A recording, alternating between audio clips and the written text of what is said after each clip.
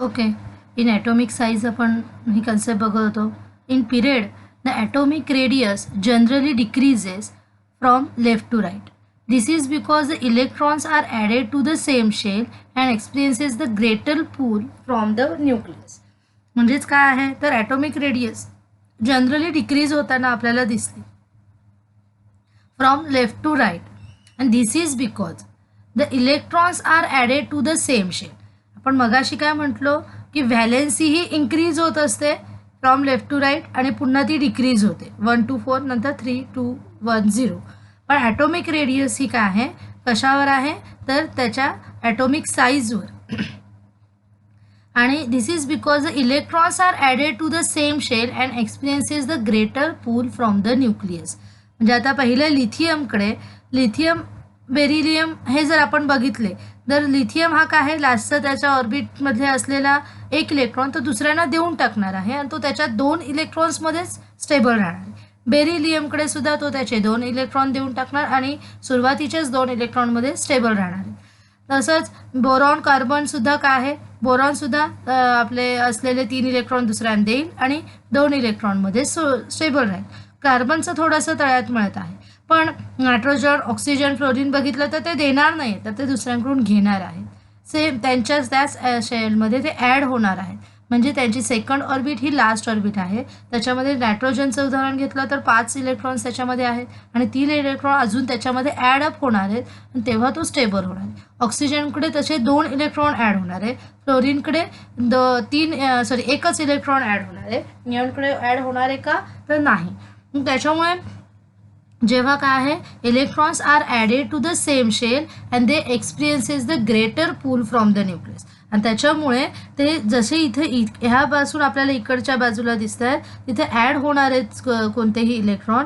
त्याच्यामुळे काय आहे ते ग्रेटर पूल ते ओढल्या जाणार आहेत न्यूक्लियसपासून ते ओढल्या जाणार आहे. ह्यांच्या बाबतीत काय होणार आहे बोरॉनपर्यंत बघितलं तर त्यांची एक लास्टची ऑर्बिटच व्हॅनिश होणार आहे कारण ते त्यांच्या लास्ट ऑर्बिटमध्ये असलेले कमीत कमी इलेक्ट्रॉन्स आहेत आणि ते दुसऱ्यांना देऊन टाकणार आणि ते त्याच्या आधीच्याच रेडियसवर फुलफिल होणार आहे. आणि त्या इकडचे मात्र काय आहे त्यांच्यामध्ये इलेक्ट्रॉनची ऑर्बिट कमी होणार आहे का कोणाची तर नाही तर ती ऑर्बिटमध्ये मात्र त्या सेम शेलमध्ये काय होत आहे इलेक्ट्रॉन्स ॲड होत आहेत आणि त्यामुळे ते न्यूक्लियसकडून अजून आतमध्ये खेचल्या जाणार आहेत. आणि त्याच्यामुळे आपल्याला काय दिसून येणार आहे तर ॲटॉमिक रेडियस जनरली डिक्रीज होत असताना आपल्याला हळूहळू दिसून येईल.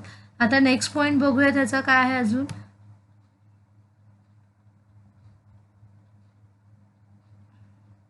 जसं अजून एक atomic radius increases in a group from top to bottom जर बघायला घेतलं म्हणजेच काय ग्रुप वाईज वरून खाली बघायला गेलो आपण व्हर्टिकल कॉलममध्ये तर आपल्याला काय दिसून येणार आहे as the new shells are added bringing the outermost electrons farther from the nucleus. त्याच्यामुळे आउटर मोस्ट इलेक्ट्रॉन फार्दर म्हणजे लांब जाताना आपल्याला दिसून येते. त्याच्यामुळे काय आहे आपल्याला बघा जसं आपण बघितलं हायड्रोजनकडे एकच इलेक्ट्रॉन आहे आणि तो एक इलेक्ट्रॉन कोणाला देईल किंवा कोणाकडून तरी घेईल आणि सेकंड ऑर्बिट त्याची फर्स्ट ऑर्बिट जी आहे तीच ती कम्प्लीट करेल.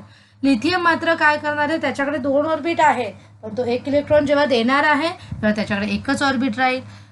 पण इथे ऑर्बिटची संख्या 2 झाली आहे वरती ऑर्बिटची संख्या एकच होती. सोडियमकडे 3 ऑर्बिट आहे पण तो जेव्हा 1 देणार तेव्हा त्याची पुन्हा 2च राहणार आहे. ह्याच्याकडे ॲक्च्युली 4 ऑर्बिट आहेत पण जेव्हा तो लास्टची देणार आहे तेव्हा त्याच्याकडे पुन्हा 3च म्हणजे एक ऑर्बिट त्यांची कमी होणार आहे. आणि त्याच्यामुळे काय दिसून येतं आहे as the new shells are added bringing the outermost electrons farther from the nucleus. त्याच्यामुळे आउटर मोस्ट जो इलेक्ट्रॉन्स आहे तो फार्दर म्हणजे लांब निघून जाणार आहे आणि त्याच्यामुळे इथली ॲटॉमिक रेडियस आपल्याला काय दिसणार आहे इन्क्रीज होताना दिसणार आहे. लक्षात येते सगळ्यांना. आता बघा पुढचे आता हे झालं ॲटॉमिक रेडियस. दुसरी ही प्रॉपर्टी आपण बघितली. आता लास्ट प्रॉपर्टीकडे वळतोय मेटॅलिक अँड नॉन मेटॅलिक. आता मेटॅलिक आणि नॉन मेटॅलिक जेव्हा आपण ह्या सगळ्यांबद्दल बोलतोय हायड्रोजन काय आहे इलेक्ट्रॉन देणार आहे किंवा घेणार पण लिथियम बेरिलियम बोरॉन हे बघितले आपण तर इलेक्ट्रॉन्स ते काय आहेत गिव्ह अप म्हणजे देऊन टाकणार आहेत आणि फुलफिल राहणार. पण नायट्रोजन ऑक्सिजन फ्लोरीन निऑन बघितलं तर ते ॲक्सेप्ट करणार इलेक्ट्रॉन. मग ही जी त्यांची कॅपॅसिटी आहे इलेक्ट्रॉन घेण्याची आणि देण्याची that is the metal show the tendency to lose the electron.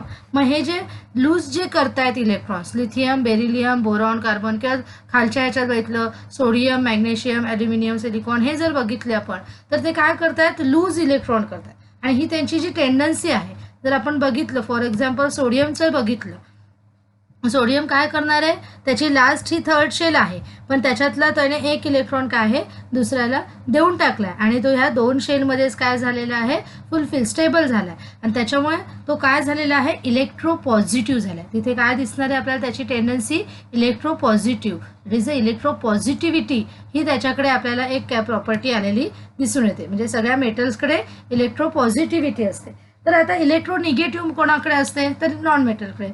कारण नॉन मेटल काय आहे, इलेक्ट्रॉन घेत आहेत, एक ॲड करतात. आता ही आपण क्लोरीनचं एक्झाम्पल बघितलं तर त्याच्याकडे 3 शेल आहेत.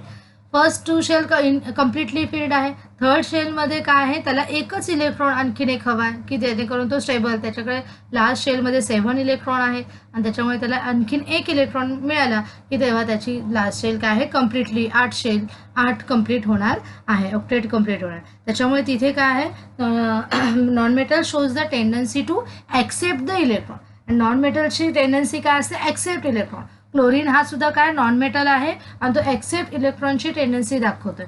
म्हणजे इथे आपण बघायला गेलो की जे इलेक्ट्रॉन्स लूज करतायत ते काय आहेत, तर मेटल्स आहेत, आणि जे इलेक्ट्रॉन्स ॲक्सेप्ट करतायत ते काय आहेत, नॉन मेटल्स आहेत. हे काय आहेत, लिथियम टू बोरॉन काय दिसतात आपल्याला, इलेक्ट्रॉन्स लूज करताना दिसत आहेत, ते इलेक्ट्रो पॉझिटिव्ह आहेत, म्हणजेच ते मेटल्स आहेत. तर नायट्रोजन टू फ्लोरीन आपण बघायला गेलो तर ते इलेक्ट्रॉन्स देत आहेत सॉरी घेत आहेत, ॲक्सेप्ट करत आहेत, तर त्याच्यामुळे त्यांच्यामध्ये इलेक्ट्रॉन निगेटिव्हिटी आली आहे आणि ते काय आहेत, नॉन मेटल्स आहेत. मग आपण बघूयात नॉन मेटल्स आणि मेटल्स कोणकोणते आहेत बघायला गेलं तर मेटल्स बघा आहेत, metallic character decreases and non metallic character increases from the left to right in a period, and this is because the atomic size is also decreases. Therefore the electrons are not easily released.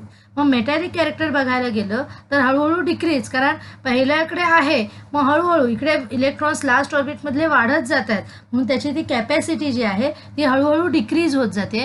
आणि non metallic, मग इथं पुन्हा पुढच्या ह्याच्यात बघायला गेलो तर ती नॉन मेटॅलिक कॅरेक्टर काय आहे, इन्क्रीजेस हळूहळू 1 3 2 1 असं ही जी आपल्याला व्हॅलेन्सी दिसली आणि तेवढे ते इलेक्ट्रॉन्स घेणार आहेत ती काय होणार आहे, इन्क्रीज होताना आपल्याला दिसून येते पिरियड वाईज. आणि this is because the atomic size is आहे, त्याच्यामुळे आपल्याला ॲटॉमिक साईज डिक्रीज होतीये, म्हणून हे सगळं आपल्याला बघायला मिळतंय. सेकंड काय आहे आपल्याला ह्याच्यातला पॉईंट, तर आपल्याला इकडचे सगळे मेटल्स दिसत आहेत आणि ह्या left hand right hand side जे आहेत ते नॉन मेटल्स. बघा आता काय आहे, आपल्याला ह्या बाजूचे मेटल्स आहेत. आता हे इथं जे आपल्याला डार्क शेडमध्ये दिसत आहे हे सगळे काय आहेत, मेटल्स आहेत. तर आता ह्याच्यात जर आपण राईट हँड साईडला पिरियडिक टेबलच्या गेलो तर काय दिसणार आहे, तर नॉन मेटल्स दिसणार आहेत.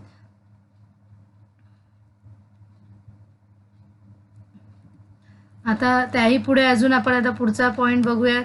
तर काय आहे, इन अ ग्रुप वाईज जर आपण ह्या मेटॅलिक नॉन मेटॅलिक प्रॉपर्टीज बघायला गेलो तर metallic character increases group wise, वरून खाली जाताना इन्क्रीज होत जाणार आहे मेटॅलिक कॅरेक्टर, आणि नॉन मेटॅलिक कॅरेक्टर हे काय होणार आहे, कमी कमी डिक्रीज होत जाणार आहे from top to bottom. This is because the atomic size increases and valence electrons can be easily remove. जसजशी त्याची ॲटॉमिक रेडियस ही इन्क्रीज होत जाते, त्याच्यामुळे इन्क्रीज झाल्यानंतर त्याचे व्हॅलेन्स इलेक्ट्रॉन काय होते, ॲटोमॅटिकली इझिली ते रिमूव्ह होऊ शकतात. आणि त्याच्यामुळे आपल्याला मेटॅलिक कॅरेक्टर इन्क्रीज आणि नॉन मेटॅलिक कॅरेक्टर डिक्रीज होताना दिसून येत आहे. तसंच जर आपण इन ग्रुप 14 मध्ये बघायला गेलो तर first element is the carbon which is non metal, next 2 elements silicon and germanium are the metalloids and the remaining are the again metals. म्हणजे इथे आपल्याला इकडच्या भागात जे दिसत आहे तर ते काही मेटल्स आहेत, काही नॉन मेटल्स आहेत, तर काही मेटलॉइड्स सुद्धा आहेत. मग मेटलॉइड्स हे काय आहे, तर ते काही वेळेस मेटल आणि नॉन मेटल दोघांचीही प्रॉपर्टी शो करत असतात, म्हणून त्याला मेटलॉइड्स. मग असे आपल्याला ह्या राईट हँड साईडला काही मेटलॉइड्स दिसणार आहेत. आणि त्याच्यामुळे ते ह्या प्रॉपर्टी ह्या टेबलमध्ये आपल्याला एक झिगझॅग लाईन तयार झालेली दिसते. आपल्याला हे जे दिसत आहे the border line elements that is the boron, silicon, त्यानंतर आहे germanium, arsenic, tellurium and polonium shows the intermediate properties and are called as the metal earths किंवा अजून त्याला दुसरं